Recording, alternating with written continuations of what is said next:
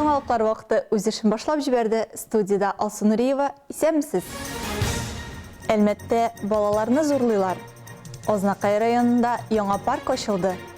Алдынгы Ознакай укучылары зур сәхнәдә.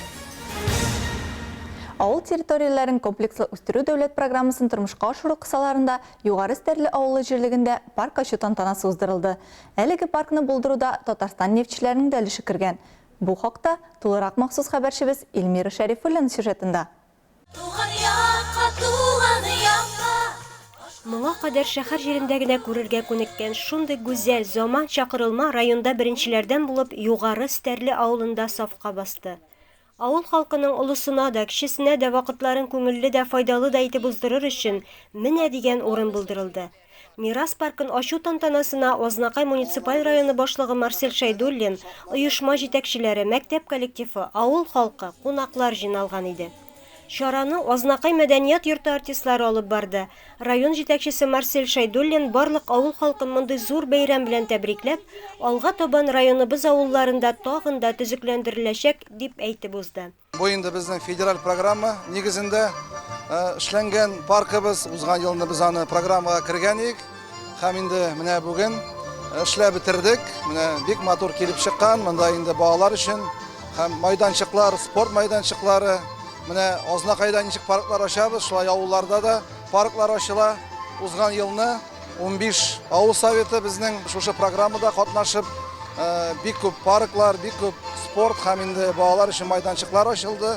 Авылларыбызда бу әле беренче ел гына эшли башлады бу программа.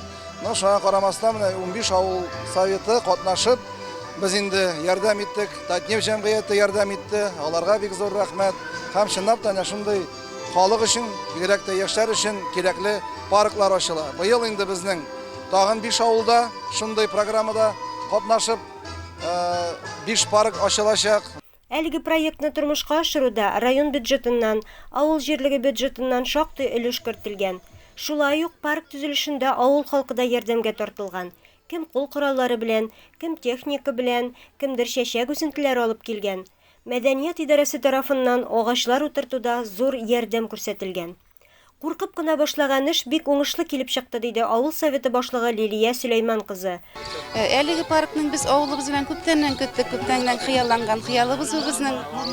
Бунда инде безнең балалар мәйданчыгы урнаштырылды, спорт мәйданчыгы урнаштырылды, шулай ук ял итү үзәге дә булдырылды. Инде шушы паркта балаларның шат авазларын гына ишетеп, уйнаганнарын күреп, өлкәннәребез, урта буын халкыбыз һәм инде яшьләребез шушында очрашу, күңелле очрашу урыны булсын дип ясадык.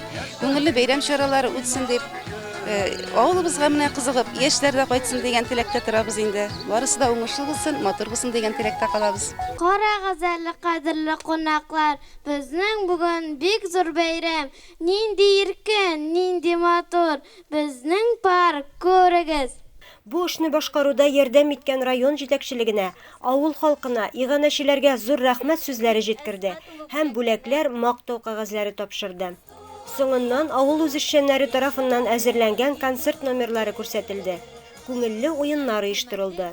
Ял итү зонасын, спорт мәйданчыкларын, балалар өчен уен мәйданчыгын үз эченә алган Мирас паркы авыл халкының һәм килгән кунакларның яратып йөри торган урынына әверелер дип ышанабыз. Илмира Шәрифуллина, Рөстәм Акбаров, Яңалыклар вакыты, Луч, Әлмәт телекомпаниясе. Үзенең традицион туры эфирында Әлмәт районы башлыгы Тимур Нагуманов балаларны яклау темасын күтәрде. Әлмәт районында талантлы балалар, музыкантлар, спортчылар, фән олимпиадаларында, конкурсларда, фестивальләрдә һәм ярышларда җиңүчеләр күп. Аларның күбесе яшь булуына карамастан районда аны бөтен Россия һәм халыкара ярышларда уңышлы яклыйлар дип ассызыклады ул үзенең чыгышында. Башлык шулай ук мәктәпләрдә җәйге каникуллар чорында бигрәк тә ата-аналарны балалар белән урамда куркынычсызлык темасына профилактик әңгәмәләр үткәрергә, автомобильчеләрне юлларда игътибарлы булырга чакырды. Соңыннан шәһәр һәм район башлыгы спорт яңалыклары турында сөйләде. Шулай итеп, 25 майдан алып 29 майга кадәр Әлмәт балалар йорты җыелма командасы Сочидагы балалар йортлары һәм мәктәп-интернатлары командалары арасында футбол буенча ачык бөтен Россия ярышларында республика һәм Идел буе федераль округы данын яклады. Нефтеград командасы кече яшь төркемендә беренче урынны яулады. Бүгенге көннән башлап Теннис Сити спорт үзәгенең теннис кортларында Әлмәт муниципаль районы башлыгы кубогы турниры уза. Яш категориясы 13 яшкә кадәр булган ярышларны финал матчлары 5 һәм 6 июньгә планлаштырылган. Туры эфир ахырында Тимур Нагуманов халыкка активлыклары өчен рәхмәт белдерде. Ул шулай ук шәһәр халкын кызыксындырган барлык сорауларны директка җибәрергә чакырды. Аларга ул киләсе эфирларда җавап бирәчәк. Балалар бу атна чыгарышларының төп темасы 1 июнь халыкара балаларны яклау көне уңаеннан калабызның төрле почмакларында нәни әлмәтлеләр өчен күңел ачу чаралары оештырылды. Һәм алар атна буе дәвам итәчәк. Кичәге көннең иң кызыклы вакыйгалар сүзмәсе алдагы сюжетыбызда. Колабыздың мәдәният һәм ял паркында җәйнең 1 көнендә алма төшәрлектә урын калмаган иде. Җәйге каникулларга старт балаларны яклау көне уңаеннан оештырылган күркәм чаралар белән бирелде. Мисал өчен Таграс Ремсервис компаниясе үз оешмасында эшләүчеләрнең балалары өчен бәйрәм оештырган иде. Паркка килгәннәргә күңелле конкурслар һәм мультфильм геройлары белән уеннар үткәрделәр. Колабызның 4нче гомум белем бирү мәктәбендә исә бу көнне ГТО нормаларын тапшырып каршы алды. Гадәти булмаган составта бала, бер ата-ана һәм тренердан торган берничә команда үзара ярышып спорт юнәлешендәге әзерлеккә һәм чыдамлылыкта көч сынашты. Әлеге балалар Дивон спорт мәктәбендә тәрбияләнүчеләр. Биредә алар төрле юнәлештә үсәләр. Тренерлар өчен дә бу балалар һәм аларның әти-әниләре белән якыннан танышу өчен менә дигән мөмкинлек. Балаларны куркынычлардан саклау балаларны яклау көнендә генә түгел, ел әйләнәсе мөһим. Чөнки нарасыйларның тормышы һәм сәламәтлеге һәр ата-ана өчен иң кыйммәтлесе һәм иң кадерлесе. Халыкара балаларны яклау көне уңаеннан Әлмәт ЮХИДИ бүлеге районның хатын-кызлар активы белән берлектә бу көнне Әлмәт бала тудыру йортыннан иләренә озатылган чираттагы сабыйларга автобишек бүләк итте. Сабыйны һәр әни бала тудыру йортыннан чыгару аларның якыннары өчен дулкынландыргыч һәм бәхетле мизгел. Вячеслав һәм Светлана Карповлар өчен кызлар Ева игезәк малайлардан соң көтеп алынган бала. Аларның гаилә бәйрәменә бу көнне район башкарма комитеты, шәһәр хатын-кызлар советы һәм дәүләт автоинспекциясе вәкилләре дә кушылды. Шәһәр һәм район җитәкчелеге исеменнән яшь әти-әнине район башкарма комитеты аппараты җитәкчесе Роза Флятонова котлады. Балаларны яклау көнендә чыгарылу уңаеннан автобишекләр тапшыру инде 6 елдан артык дәвам итә һәм күркәм традициягә әверелде. Бу һәр ата-ана өчен баланың куркынычсызлыгы иң беренче чиратта булуын тагын бер кат искә төшерүгә юнәлдерелгән. Кичен исә Әлмәтнең мәдәният һәм ял паркында Лия Шәмсина белән Артур Маузер сәхнәне яңгыратты. Биюче Милена Мортазина да тамашага бер ям өстәде. Хирай Юнусова, Рәдифә Ногманова, Вероника Рябова, Светлана Антонова, Рафаэль Сафин, Айдар Кабиров, яңалыклар вакыты Луч Әлмәт телекомпаниясе. Азнакайда елның иң яхшы укучысын билгеләп, Шулпан 2021 смотр конкурсы булып узды. Бәйге иң яхшы укучыларны барлап, аларны үстерүгә юнәлдерелгән. Тулырак алдагы материалда. Шәһәрнең Ишкәев исемендәге ял паркы барлык талантлы балаларны, әти-әниләрне, район оешма җитәкчеләрен җыйнады. Әлеге тантаналы бәйрәмгә шулай ук чараны уздыруда үз өлешләрен керткән данлыклы оешма җитәкчеләре һәм эшмәкәрләр килде. Алар районыбызның иң алдынгы, югары күрсәткечләргә ирешкән төрле олимпиада конкурсларда җиңү яулаган укучыларына һәр ел сайын матди ярдәм күрсәтәләр. Тантаналы бәйрәмне ачып, Азнакай муниципаль районы башлыгы Марсель Шайдуллин барлык укучыларны җәйге каникуллар башлануы белән котлады. Чыгарылыш сыйныф укучыларына уңышлар теләде. Югары күрсәткечләргә ирешкән, төрле конкурсларда җиңү яулаган укучыларыбыз безнең районыбызның горурлыгы дип ассызыклады. Ә безнең бурыч мондый уңышларны күрү, аларны бүләкләү, яңа җиңүләр өчен көч дәрт өстәү диде. Бәйрәм белән хөрмәтле балалар, әти-әниләр, укытучылар, сәламәтлек, уңышлар, озын гомер телим барыбызга да. Тагын да югары йолдызларны яуларга язсын, хөрмәтле балалар. Татнефть ачык акционерлык җәмгыятенең Сәләтле балалар хәйрия фондыннан килгән вәкил, Татарстан Республикасының атказанган укытучысы Гадилә Хадиуллина барлык балаларга алда уңышлар теләде һәм 2021 елда республика күләм олимпиадада җиңүче балаларга сертификатлар тапшырды. Әлеге уникаль конкурска инде 25 ел диде Мәгариф идарәсе җитәкчесе урынбасары Лилия Әхмәдишина. 1996 года. Бу конкурс безнең районда инде 1996 елдан бирле уздырыла. Быелгысы 25-нче тапкыр уза. Шулпан смотр конкурсы шул ягы белән үзенчәлекле. Монда төрле юнәлеш буенча сәләтле балалар билгеләнә. Уку буенча, культура, кул эшләре, спорт буенча һәм башкалар. Биредә шулай ук мөмкинлекләре чикле балалар да катнаша. Бу бик мөһим. Бу кабатланмас конкурска иң беренче булып безнең Азнакай районында нигез салынды дип ассызыклап узды конкурсның оештыручысы. Шулпан конкурсында нигез салуда үз көчләрен куючылар, ярдәм кулы сузучылар, булар район башкарма комитеты, район советы, прокуратура, шәхси эшмәкәрләр. Сүз уңайыннан искәртеп үтәргә кирәк, кайчандыр премияны әтиәниләр дә тапшыра иде. Конкурсның девизы югарыга омтыл.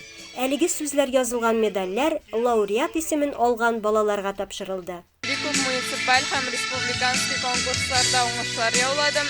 Шушы уңышларыма ирешер өчен, булышкан өчен мин иң беренче чиратта әтиәниемә һәм класс җитәкчемә Мирәү Шәрифовнага бик зур рәхмәт әйтәсем килә.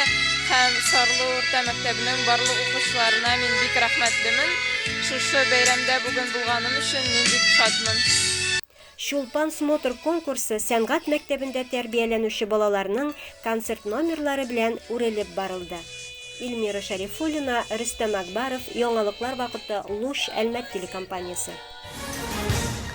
Нефтчеләр башкаласында Кванториум исеме астында балалар технопаркы, икенче төрле әйткәндә Пионерлар йорты 2010 елдан нефтчеләр ярдәме белән эшли башлады. Бүген Кванториумда балалар техниканы, космонавтиканы һәм биологияны гомумән бөтен өлкәләр буенча җентекләп өйрәнәләр. Мастер-класслар балаларга биологларның реаль тикшеренү җиһазлары белән танышырга мөмкинлек бирә. Балалар һәм аларның әтиәниләре өчен балалар паркында Кванториум Пионерлар йортында экскурсия узды. Сегодня мы с вами посмотрим, разберем, так скажем, сам микроскоп и посмотрим наш микромир, который существует вокруг нас. Кванториум балалар технопаркы кунаклары һәрвакыт шат. Экскурсиялар үткәрелгәндә мастер-класс вакытында ниндидер темага чуму мөмкинчелеге бар. Бу юлы укытучы җитәкчелегендә балалар микроскопларны килергә, гади препаратларны мөстәкыйль әзерләргә һәм аларны зурайтып күзәтергә өйрәнәләр. У нас также есть микромир, который нашему глазу не видно. Без шушы дөньяда яшибез, әмма безнең күзгә күренми торган дөньяда бар. Микроскопның гына эшләвен карыйк.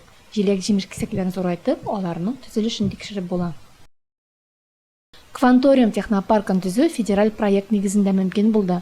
Моңа Татарстан нефтчеләре дә саллы өлеш кертте. Балаларга өстәмә белем бирүнең яңа моделе буларак, ул мәктәп түгәрәкләренә заманча техник базасы һәм камилләштерелгән булуы белән аерыла. Әгәр дә кереш модуль кысаларында бала теге яки бу түгәрәкнең аңа туры килмәвен аңлый икән, ул башка квантумга күчә ала. 3 ел ярым дәвамында бала квантумда белем истәп, алга таба нинди юнәлештә үсәргә теләвен билгеләү мөмкинчелеге тула. То есть с помощью нее мы сфокусируемся на объекте на каком-то. 30-45 минут эчендә мастер-классларда катнашучылар күп итеп файдалы мәгълүмат ала. Сер түгел, күп кенә балалар хәзер техник яктан әзерлекле, шуның өчен остазлар яшь кунакларга кызыклы булсын өчен әйбәтләп әзерләнәләр.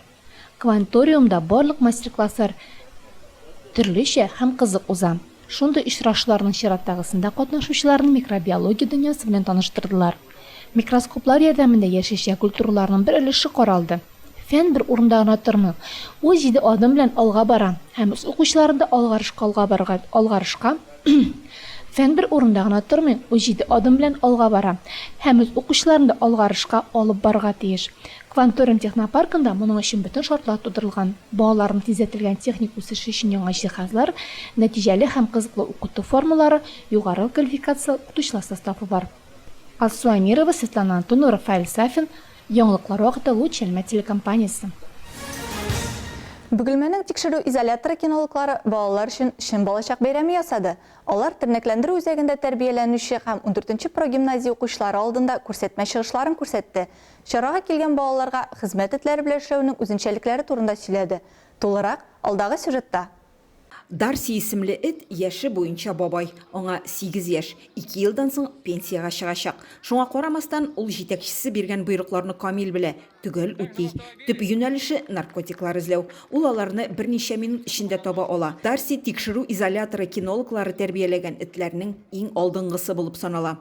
Татарстан Республикасының Уфсины соңгы елларда үткәргән бар бәйгеләрдә этебез призлы урыннар алып барды.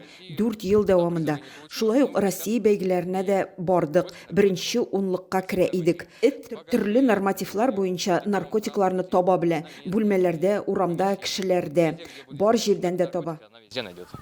Балалар өчен булган күрсәтмә чыгышларга 5 эт чыгарылды. Кинологлар кунакларга үз һөнәрләре, этләрнең нинди тукымнары хезмәткә кабул ителүе турында сөйләделәр. Хайваннарның һәрберсенең үз характеры бар. Алар һәрберсе үз юнәлешендә эшли. Кайсысы яшерелгән әйберне эзли, кайсысыдыр җинаятьчене тоткарлый. Лобовая атака. Если собака будет бежать, условно осужденный.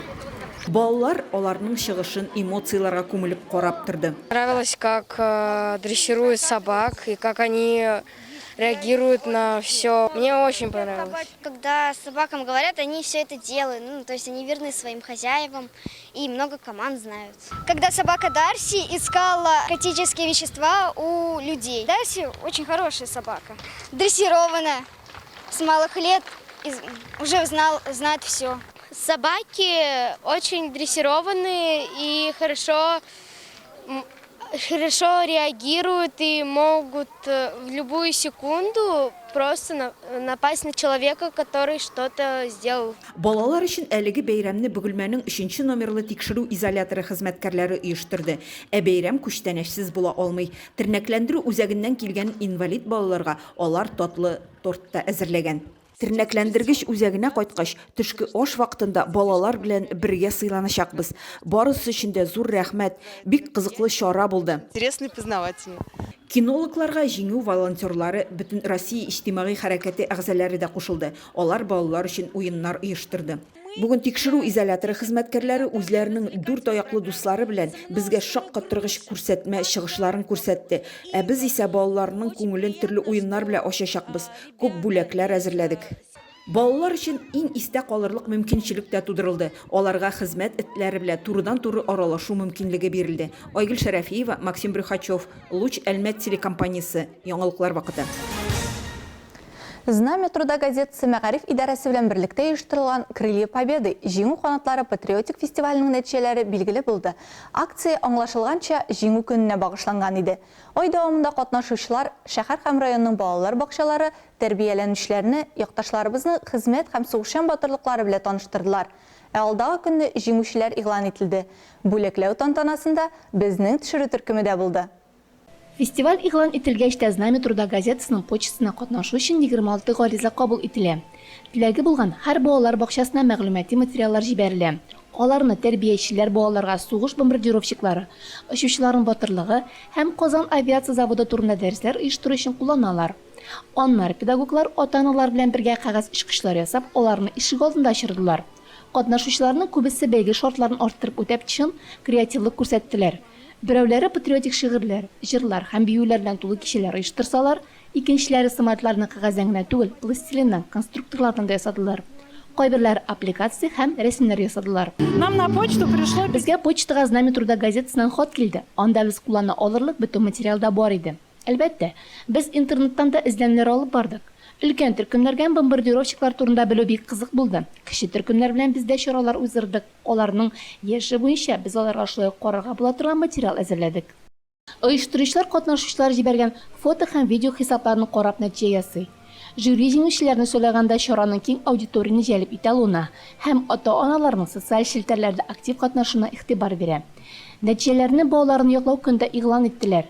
Җиңүчеләргә һәм призерларга бүләкләр һәм дипломнар тапшырылды. Я хочу сказать... Мин монда фестивальне оештырган өчен зур рәхмәт әйтәсем килә. Балалар өчен бик кызыклы һәм әти-әниләр безгә бик теләп кушылды. Барыгызга да зур рәхмәт. Асламирова Мария Китаева, Рафаэль Сафин, яңалыклар вакыты Луч Әлмәт телекомпаниясе. Бу сезгә җиткерәсе соңгы мәгълүматыбыз иде. Мин Алсу Нуриева һәм монтажер Илдар Гимаев сезнең белән саубуллашабыз. Игътибарыгыз өчен рәхмәт.